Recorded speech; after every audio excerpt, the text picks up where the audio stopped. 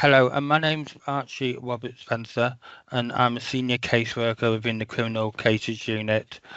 Um, this presentation is going to help you to be able to submit a POCA claim without it being rejected, and also later on we will look at ways for you to have best ways for your claim not to be actually rejected under work types. The first thing I'm going to cover is the forms to use when submitting a POCA claim. There are two types of POCA claims. These are POCA Fast Track, which is up to £2,000 excluding disbursements, and a form we call a PL2, which is for cost over £2,000. The digital claim forms can be downloaded from our website at and the link is on this PowerPoint presentation. We need to inform you that the digital claim forms that are on that link are mandatory. We no longer accept claims submitted as a PDF document or a scanned copy of the claim form. To avoid the information you enter that being corrupted, we recommend you must download and complete a fresh claim form for each case. I'm now going to talk about the types of claim which are submitted to the POCA team. There are 5 types of POCA claims which we deal with. These are an application for a confiscation order following conviction. We also deal with a Section 23, which is an application by defence to reduce a confiscation order. A Section 22 application by prosecution to increase a confiscation order. A Section 11, an application by the defence to extend the period for the payment of the confiscation order. And finally, a Section 50, which is an application by the prosecution for a receivership order. Please note, all the above are covered by the original representation order and can be claimed through the Criminal Cases Unit either as part of the main POCA claim or separately. There are claims which are not assessed by CCU. These are enforcement proceedings which are not covered by the existing representation order. The claims in enforcement proceedings are dealt with by the criminal finance team. Criminal behaviour orders are not part of POCA proceedings but are part of the substantive proceedings. They form part of the litigated graduated fee which is paid for the substantive case. A serious crime prevention order and prescribed proceedings and costs which are claimed from the criminal finance team, and the appeal of a confiscation order. This is assessed and paid by the Court of Appeal. Just a general thing, for all claims, when more than one defendant is represented, we ask you to combine your costs on one claim form. If you add to the claim details column to which defendant that work refers to. The claims for advocacy by counsel, these claims are claimed separately via the AGFS team, that's the advocacy team. If it's under 50 pages, if it exceeds 50 pages, then you can claim that from ourselves you would need to use a form PA1, which is our POCA advocate claim form. And again, there's a link on this page from where you can download that claim form from. We also deal with interim payments. An interim payment is where you will need to claim for an expert fee which may occur during the POCA proceedings. To submit an interim payment request, we require a copy of the prior authority application and grant, a copy of the notification of payment, and details of the CCU reference number which was allocated to you for the interim payment. We'd also require a copy of the expert invoice as well. Also, please note that ensure all interim payments are entered on your final claim and ensure the amount correspond to what you have received so far from us. Okay, I'm now going to pass over to my colleague Lucy, who will talk about the supporting information and documents. Hello, my name's Lucy Keats. I'm a case manager with the Criminal Cases Unit, and I'm going to go through some of the supporting information and documents that you need to submit with your claim for costs. With fast track claims, a PL1, the only mandatory documents are the representation order, as well as invoices and receipts for any disbursements over £20 and copies of prior authority granted if appropriate. With your representation order, can you please ensure that it includes page 2, which specifies the offences? If it doesn't, or your rep order simply says proceeds of crime, can you also provide a copy of the indictment? On all claims, please ensure that you complete the relevant supporting information section on your claim form and provide us with sufficient additional information in order for us to reassess your reasonable costs. For non-fast track claims, claims over £2,000, the mandatory documents are again a copy of the representation order, and if the page 2 specify the offences isn't there, a copy of the indictment, a copy of the confiscation order, a case summary and or details of the substantive proceedings, your attendance notes and correspondence file, copies of the Section 18, 16 and 17 statements, and if appropriate, also copies of the Section 11, Section 22 and Section 23 statements.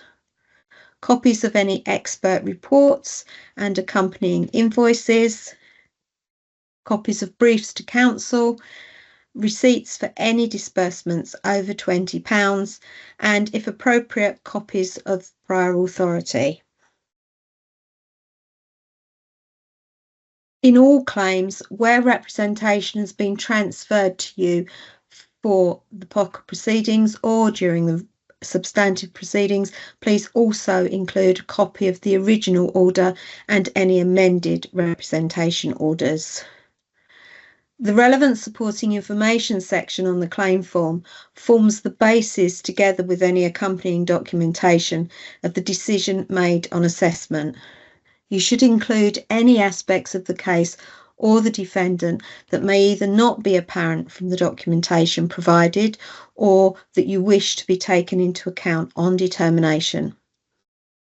Where you have claimed enhanced rates or preparation has been undertaken by a Grade A fee earner, please provide clarification. I'll now pass back to Rob to deal with where to send your claims. Okay, I'm now going to explain where you can send your actual claims to. As I mentioned previously, there are two types of POCA claims that we deal with. These are POCA Fast Track and PL2. For your claims under £2,000, which form part of the fast track claim, you can email your claim form and a copy of the representation order to POCA fast track at justice.gov.uk. And for the PL2 claim, which is for over £2,000 litigator cost, that's at POCA at justice.gov.uk. For the PL2 claims, you just have to remind you there is an attachment limit of 10 megabytes per email. When you send your supporting papers via email, you may need to send these in multiple emails. Please can you ensure you title each email, for example, the reference number and email number 1 of 4, for example. Or you can put in a request in the body of your email that you wish to support the supporting evidence via the secure file exchange. What we can then do is set up a folder on your secure file exchange account, and you can then upload the supporting papers into that folder. We would then ask you to just drop us an email to let us know when you have completed that, and once we have received that, we can then pass your claim on to the assessor. We also just need to remember that papers cannot be accepted via an external link, for example, Mimecast. This is for security reasons.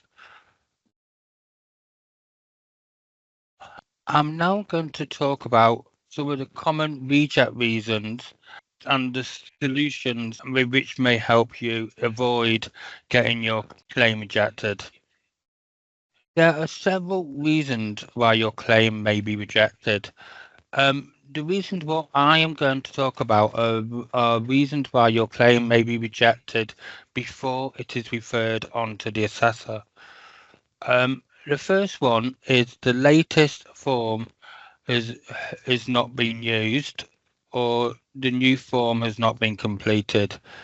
If a new form is not used for your claim, the figures may not populate or carry over correctly, or the weights allowed may not be correct for that particular form.